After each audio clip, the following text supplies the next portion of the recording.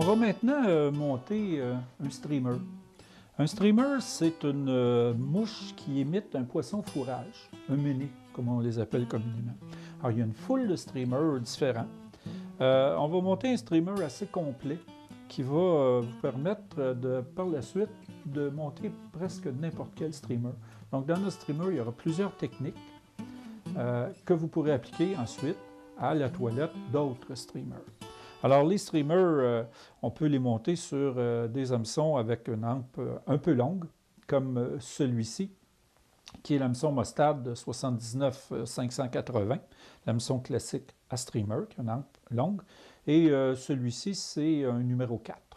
Mais ça peut se monter à partir du numéro 10, petit hameçon, jusqu'au numéro 2, qui est un assez gros hameçon. Alors, on pourra lancer cette mouche, ou encore, dans les plus gros modèles, on peut même troller avec cette mouche. C'est une mouche qui est employée beaucoup pour pêcher la truite dans des lacs, comme par exemple le lac Memphremagog. D'ailleurs, la Magog smelt, ça veut dire, le mot smelt veut dire éperlant, c'est donc l'éperlant du lac Magog. On sait que dans de nombreux lacs au Québec, il y a des éperlants. Et ça sert de nourriture aux grosses truites, comme la truite arc-en-ciel, comme la truite grise, par exemple, et même la ouananiche. Alors, une bonne mouche à truite, mais qui peut aussi servir à pêcher le chigan. C'est une mouche très attractive, et donc d'autres espèces de poissons peuvent être attirés par cette mouche-là. Alors, on va la monter avec du fil noir, grosseur 6,0. On va monter le fil sur l'hameçon. Donc, on commence un peu derrière l'œillet pour se laisser une place pour faire la tête plus tard. Et en tenant toujours l'autre extrémité du fil à peu près à 45 degrés, on s'en va vers la pointe de l'ardillon.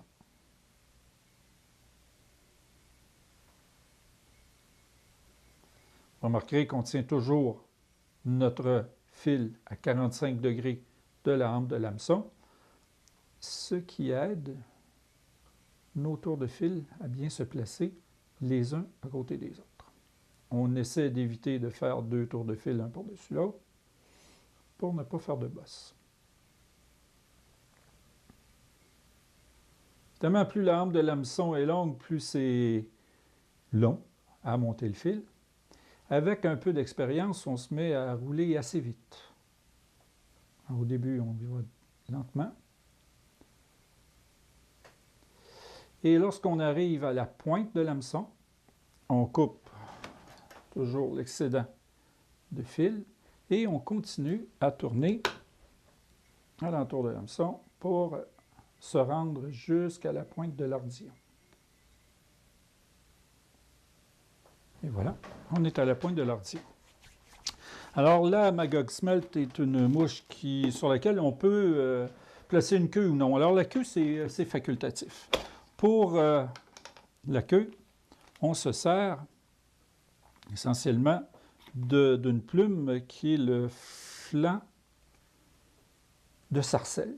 Alors, la sarcelle, c'est un tout petit canard. Les chasseurs de canards connaissent bien la sarcelle, tout petit canard qui vole extrêmement vite. Alors, la sarcelle a des flancs qui sont de couleur blanche avec des barres noires. Alors, on se sert de ces fibres. Alors, comme d'habitude, j'enlève les fibres du bas de la mouche qui sont duveteuses, parce qu'on les enlève parce qu'elles ne sont pas de belles couleurs et aussi qu'elles imbibent beaucoup l'eau. Alors, on va prendre des fibres, on prend notre plume, on lève les fibres à peu près à 90 degrés du rachis et on enlève des fibres d'un côté et on procède de la même façon de l'autre côté du rachis. Alors, on lève nos fibres à 90 degrés à peu près du rachis et on enlève des fibres. On en prend des deux côtés parce qu'on va avoir des courbures différentes d'un côté comme de l'autre.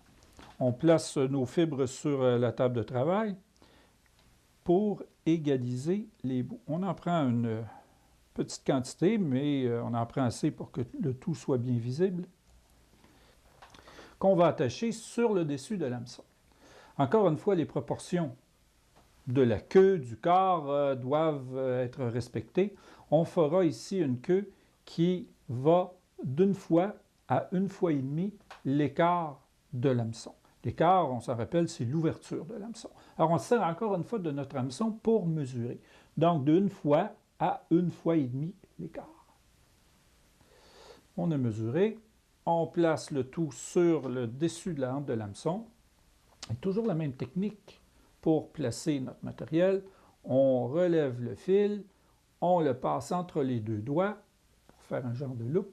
On le redescend de l'autre côté. Là, je tiens cette loupe à l'intérieur de mes doigts. On peut l'avoir un petit peu.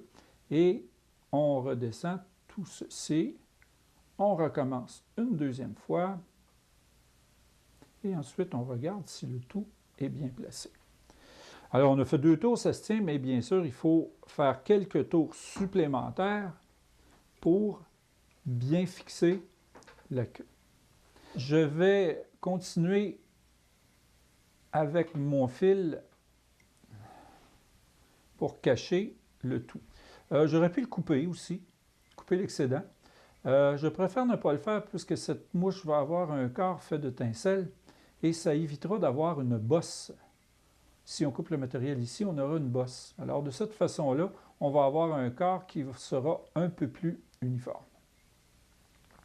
Une fois que tout ceci est caché, on retourne à la pointe de l'ardillon. Et voilà. Le corps de la Magog Smelt est un corps qui est de couleur argentée. Et c'est fait d'un tincelle métallique plat. Il y en existe qui sont vraiment faits de métal. Celui-ci est fait de mylar. Le mylar, c'est avec ça qu'on fait les glaçons pour les arbres de Noël, par exemple. Ça ressemble beaucoup à un glaçon d'arbre de Noël. Les tincelles à mylar sur le marché sont 2 couleurs. Une couleur argentée, de l'autre côté, dorée. Alors, c'est pratique. On achète un tincelle et selon la couleur que l'on a besoin, bien, on l'inverse. Alors, on va placer notre tincelle de façon à ce que ça fasse le corps.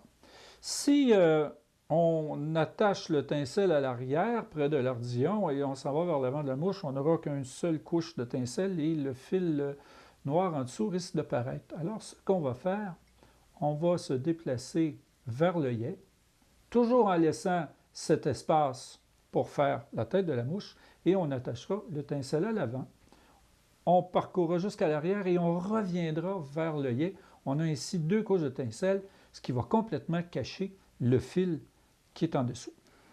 Alors, un petit conseil avant de commencer, c'est de couper l'extrémité de notre tincelle métallique en biseau, comme ceci, à 45 degrés.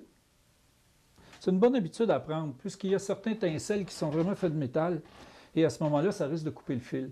En ayant un petit biseau comme ceci, le fil va pouvoir embarquer sans couper. Alors, on va attacher notre tincelle sous la mouche, et on se rappellera d'un petit truc. La couleur qu'on veut voir apparente, on veut de la couleur argent ici, on va la placer vers le dessous. Et quand on tournera, le côté argent sera apparent. Donc, côté doré vers moi, pour plus tard voir de façon apparente le côté argent.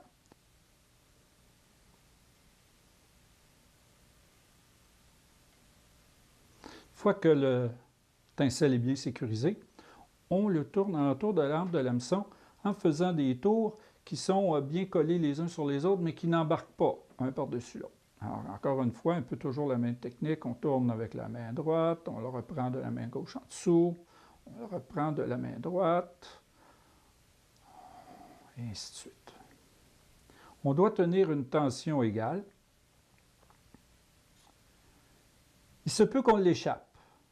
Dans le cas d'un tincelle fait de mylar, ce n'est pas tellement un problème. Ce qui arrive lorsqu'on l'échappe, il se détourne comme ceci, et on recommence l'opération. Donc, main droite par-dessus, main gauche en dessous, et on se rend comme ça jusqu'à la pointe de l'ardillon pour tenter de couvrir complètement le petit bout de fil noir qui nous a servi à attacher la queue. Et on revient maintenant vers l'œillet en prenant toujours soin de faire des tours bien collés les uns sur les autres sans embarqué par-dessus le tour précédent.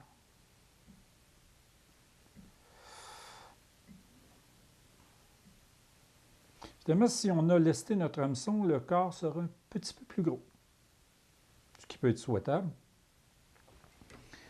Et on attache notre étincelle, le sécurise bien comme il faut. Et on coupe l'excédent. L'excédent, on va le garder. Hein? Il nous reste encore un bon grand bout qui pourrait servir à monter une autre mouche. Alors voilà, le corps de la Magog Smelt est fait. Alors par la suite, il nous restera quelques autres étapes, bien sûr. On ira placer tout de suite la gorge. La gorge, c'est la partie qui sera ici, en dessous de la hampe de l'hameçon. Et la gorge de la Magog Smelt est une gorge de couleur rouge. La couleur rouge, ici, qu'est-ce que ça imite sur notre poisson fourrage? Ça imite les branchies. On sait que le rouge est une couleur très attractive pour la pêche. Donc, ça imite les branchies de notre petit poisson. On va se servir d'un hackle de sel, teint en rouge. On a déjà parlé des hackles. Encore une fois, on relève les fibres, les barbules du hackle environ à 90 degrés du rachis et on arrache. Encore la même chose. Et sur la table, on place nos petites barbules pour les égaliser, que toutes les pointes soient bien égales. Et on va aller prendre des barbules, des fibres de l'autre côté du rachis, encore une fois, pour avoir une courbure différente. Alors la gorge peut être plus ou moins touffue, c'est au goût du monteur. Il y a des gens qui aiment avoir des gorges bien apparentes, d'autres un peu moins touffues. Alors la gorge se place en dessous de l'hameçon, en dessous de la hampe. Si on a un étau qui tourne, on peut tout simplement tourner notre étau, ou encore si l'étau ne tourne pas, on peut tout simplement tourner l'hameçon à l'intérieur de l'étau. Alors ça revient au même.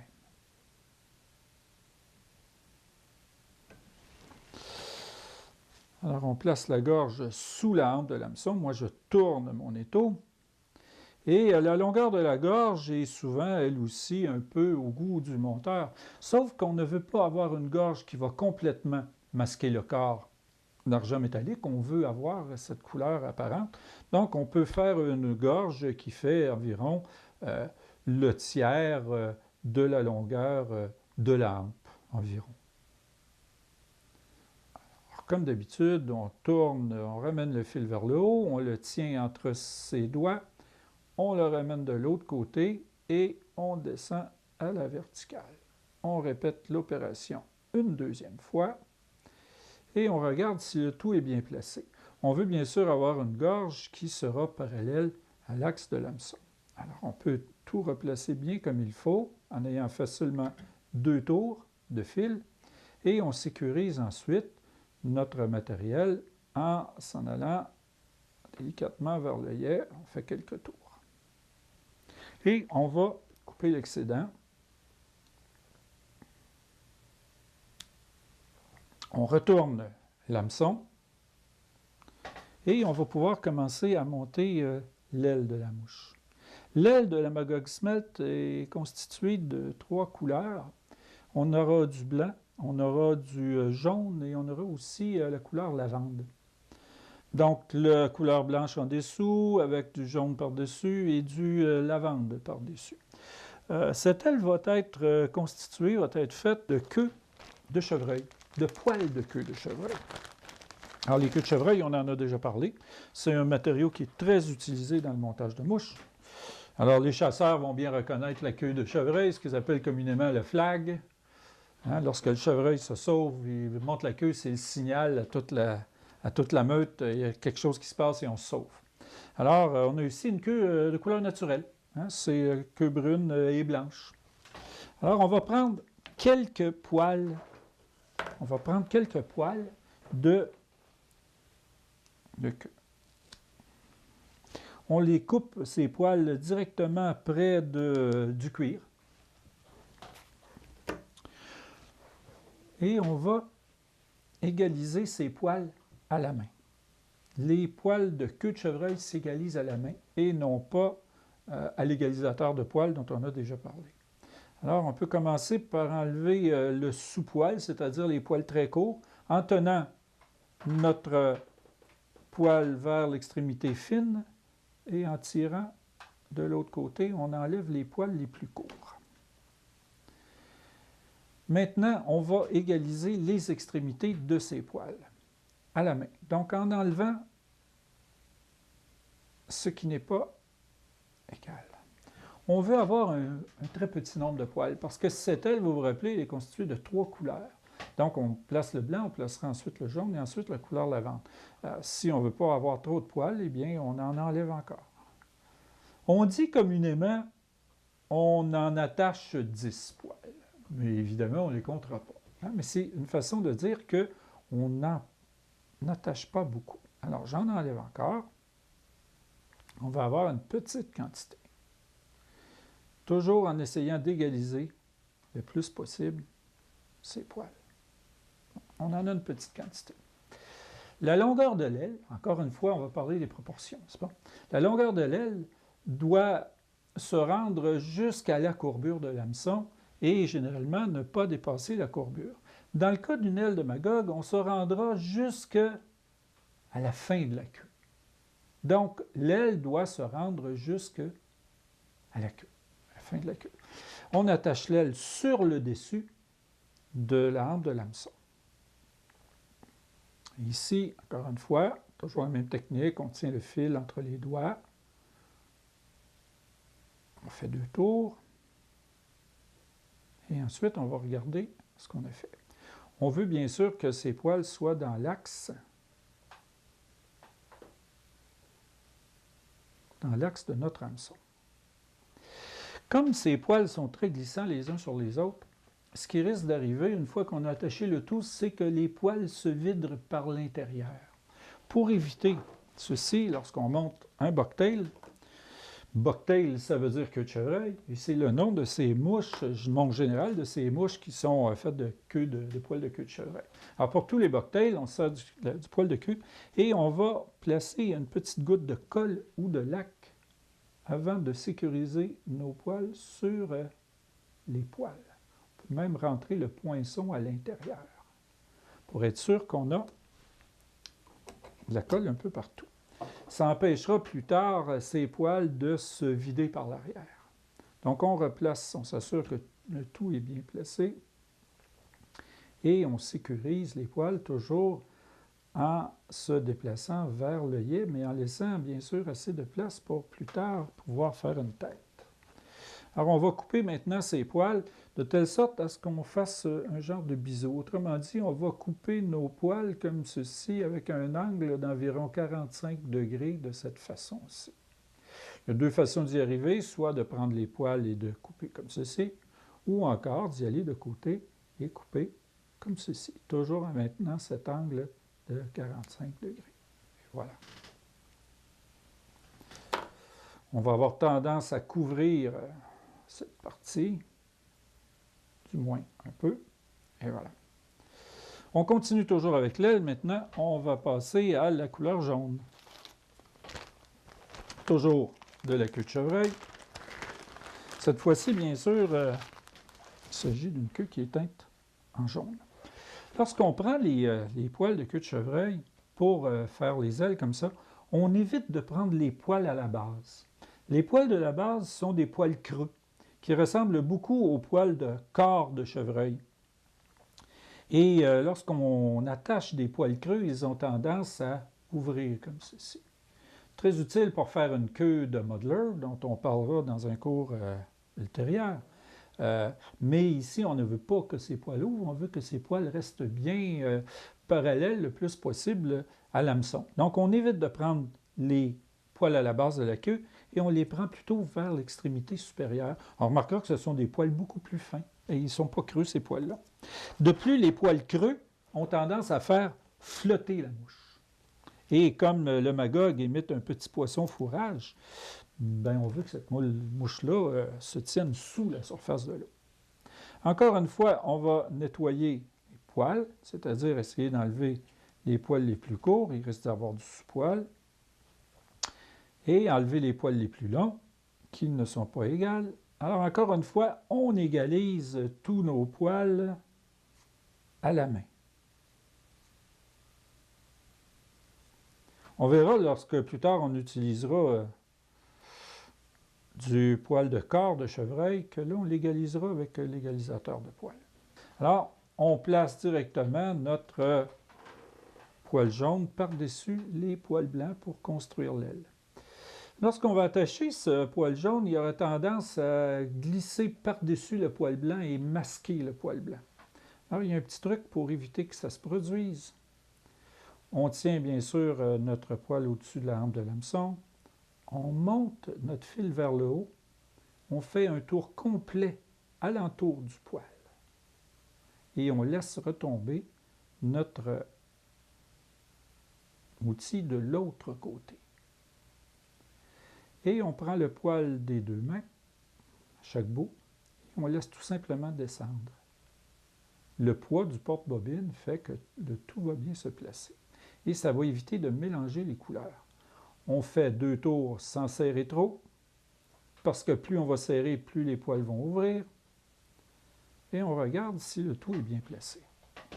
Toujours de respecter l'axe de la mouche. Alors, une fois qu'on a fait 2 tours, qu'on a bien placé notre poil jaune, on va encore une fois mettre la petite goutte de colle ou de lac sur le poil pour éviter que ces poils se vident une fois que la mouche sera faite. On replace le tout et on se déplace vers l'œillet en ne serrant pas trop au début, mais en serrant de plus en plus par la suite pour bien sécuriser ces poils. On va couper l'excédent, toujours en essayant de respecter un angle de 45 degrés. Je vais le faire d'une autre façon, comme ceci. Et on masque un peu. Masque un peu ces poils. On va faire une mouche un petit peu spéciale. On va lui rajouter à notre mouche quelque chose d'attractif. Un matériel synthétique qu'on appelle le Crystal Flash. Le Crystal Flash est un matériel synthétique extrêmement brillant, extrêmement attractif sous l'eau. On peut trouver du Crystal Flash de presque toutes les couleurs imaginables. Alors, si on regarde ce matériel, on s'aperçoit que ça brille beaucoup. J'ai choisi ici une couleur qui ressemble au flanc de l'éperlan. Hein, le flanc de l'éperlan émet des couleurs un peu comme ceci. Et dans l'eau, ça brille encore plus. Alors, on va prendre quelques fibres. On n'en met pas beaucoup. On va en mettre 5 ou 6 de ces fibres.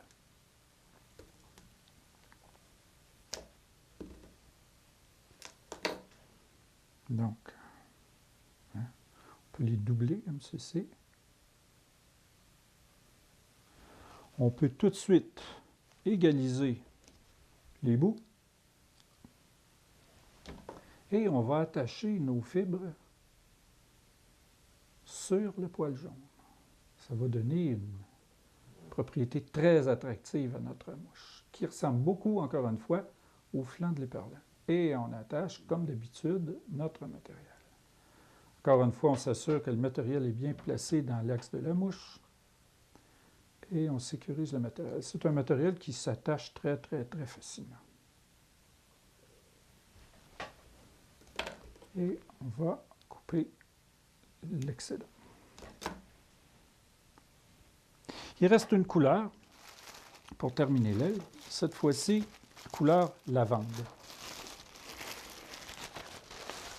Alors, un bout de queue de chevreuil de couleur lavande.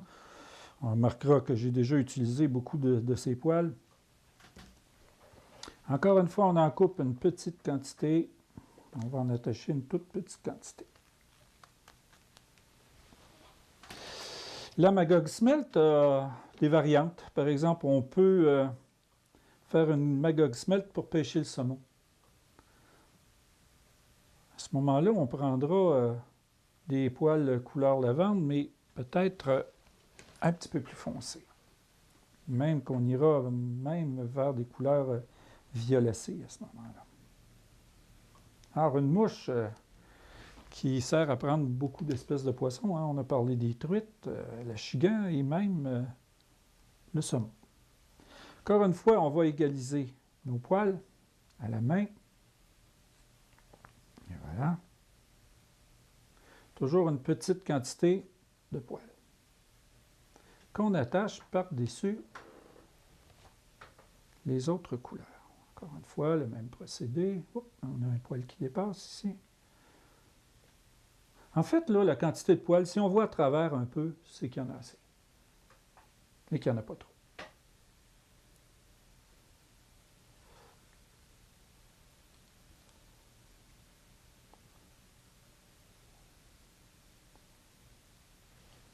On va toujours mettre une petite goutte de colle. Ce qu'on peut faire aussi, on va remarquer que ça a tendance à descendre des deux côtés.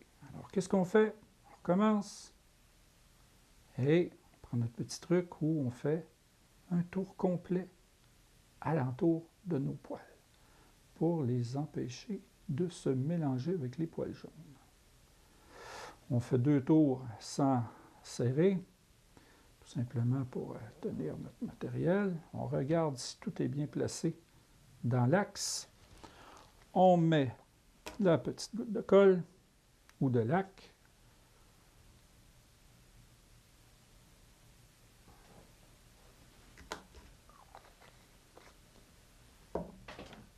On replace le tout bien comme il faut.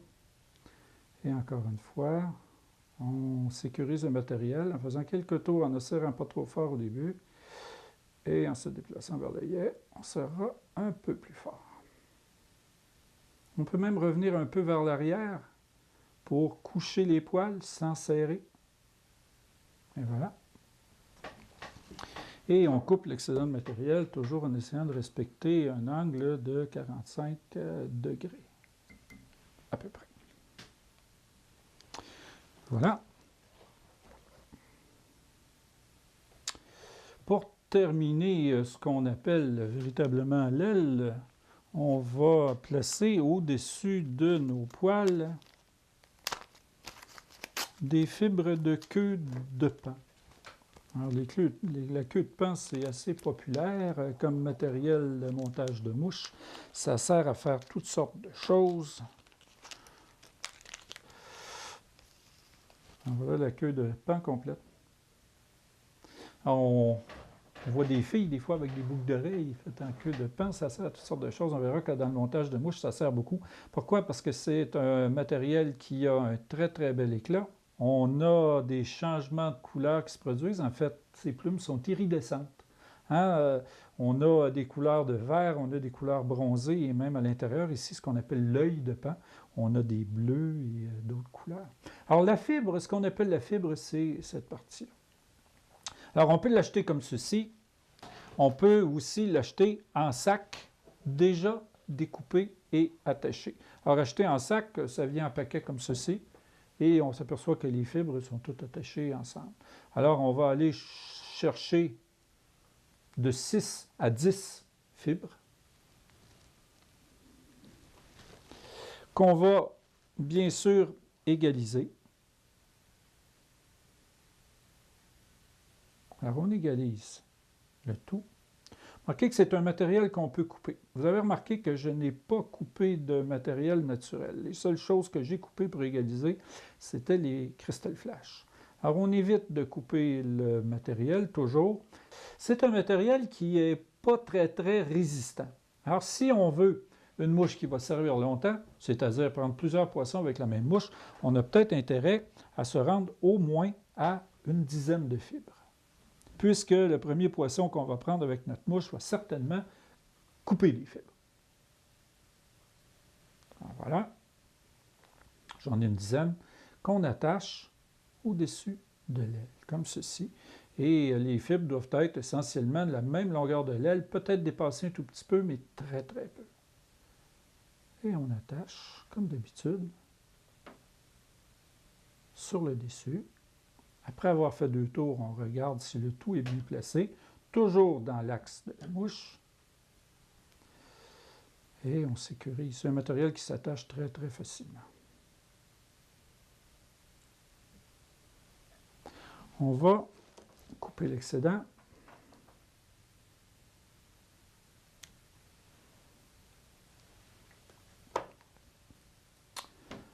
Avant d'aller plus loin, on va donner une petite courbure. C'est un petit truc. On peut le tout comme ceci, mais on peut donner une petite courbure à nos fibres de pain en utilisant le même truc lorsqu'on fait des paquets, des beaux cadeaux avec un beau ruban et on veut que le bout du ruban tournicote un petit peu là, pour faire quelque chose de joli.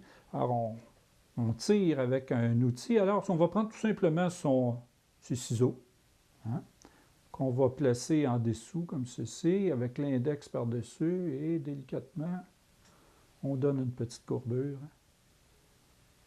à nos fibres de pain. Il reste une étape nécessaire. Cette mouche a des épaules.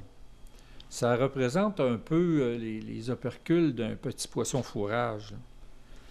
Ces épaules-là sont faites de plumes de flanc de sarcelle.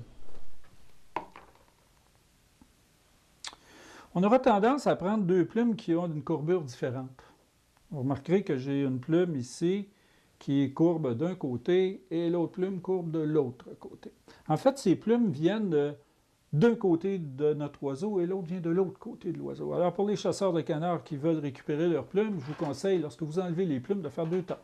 Côté gauche, côté droit, et de les séparer par la suite, dans des petits contenants différents. Alors, on va enlever, bien sûr, toutes ces fibres duveteuses à la base de la plume. Alors, on ne veut pas que ça masque complètement la mouche. En fait, ça doit faire à peu près 1/3 à 1/2 fois le corps de la mouche. Et donc, on va se débarrasser des fibres de trop. Et on va mesurer, bien sûr, sur la mouche, de cette façon-ci, par exemple. C'est encore trop long. Donc, on va en enlever encore.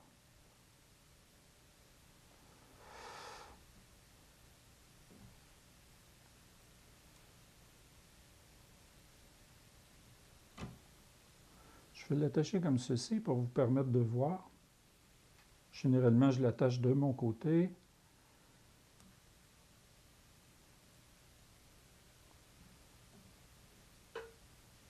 Et voilà. Alors, on a notre deuxième plume de l'autre côté.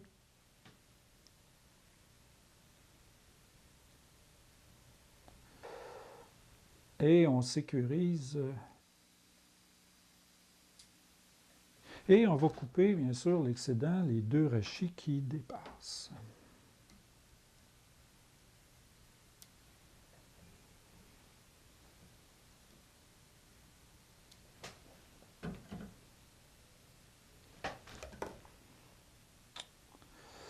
Sur le Magog Smelt, de façon facultative, de façon optionnelle, on peut faire des joues qui vont imiter, bien sûr, les yeux de notre petit poisson fourrage. Alors, il y a 2 techniques pour les yeux. Soit que l'on termine la tête au complet et qu'on va peindre sur la tête des yeux. Donc, on commence avec du jaune qu'on laisse sécher et par la suite, un petit point noir. Alors, ces peintures sont en fait des lacs. On peut se servir des lacs comme la laque qui nous sert à recouvrir la tête de la mouche à la fin. Il existe des lacs de couleur jaune, de couleur rouge, de couleur noire. Alors, pour faire les yeux, on prendra par exemple un petit goujon de bois de la bonne dimension ou encore une tête de clou qu'on va tremper dans notre lac de couleur jaune et on va faire un petit point jaune d'un côté, un petit point jaune de l'autre côté sur la tête, qu'on va laisser sécher quelques heures. Par la suite, avec la laque de couleur noire et un petit poinçon, donc une tête de clou un peu plus petite ou un goujon un peu plus petit, on va faire un petit point noir au centre de l'œil jaune. Et ainsi, la mouche pourra avoir un œil. Il existe une autre façon de faire une imitation d'œil, c'est de se servir des plumes de coque de Sonora. Les plumes de coque de Sonora sont cependant assez dispendieuses. Un camail comme celui-ci, qui a déjà été utilisé en partie, comme on le voit, coûte environ 80 à 100 $. Donc, ce sont des plumes assez coûteuses, mais on remarquera qu'on se sert de 2 plumes à la fois, un d'un côté, un de l'autre. Donc, le camail peut quand même durer longtemps. Il se vend aussi un substitut, c'est-à-dire il se vend des imitations de plumes qui sont faites en genre de plastique, c'est ce qu'on appelle un décalque. Alors, ça se colle tout simplement et ça se vend par petits paquets. Alors, je vais choisir 2 plumes, une d'un côté, une de l'autre. Des plumes que je vais d'abord vérifier la dimension, comme ceci. Celle-ci est un peu trop grosse pour faire un œil pour cette mouche. Alors, je vais prendre un peu plus petit. Je vais en prendre une d'à peu près la même dimension de l'autre côté. Pourquoi en prendre une de l'autre côté? Pour avoir une courbure différente. On va nettoyer un petit peu ces plumes. On va enlever les plumes duveteuses à la base.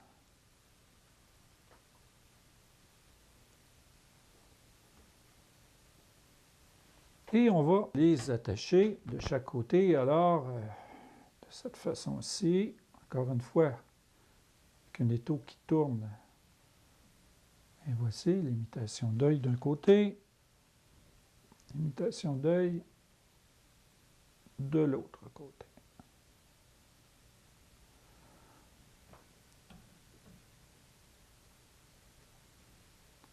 Et on sécurise le coq de Sonora. Et on enlèvera l'excédent, bien sûr.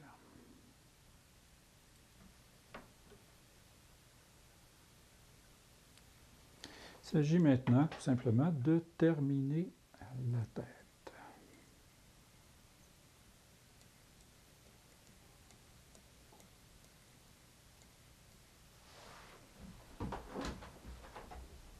Alors, comme la mouche est un peu grosse, bien sûr, la tête est un petit peu plus volumineuse que d'autres mouches. On cherche à bien masquer les petits bouts de coque de Sonora.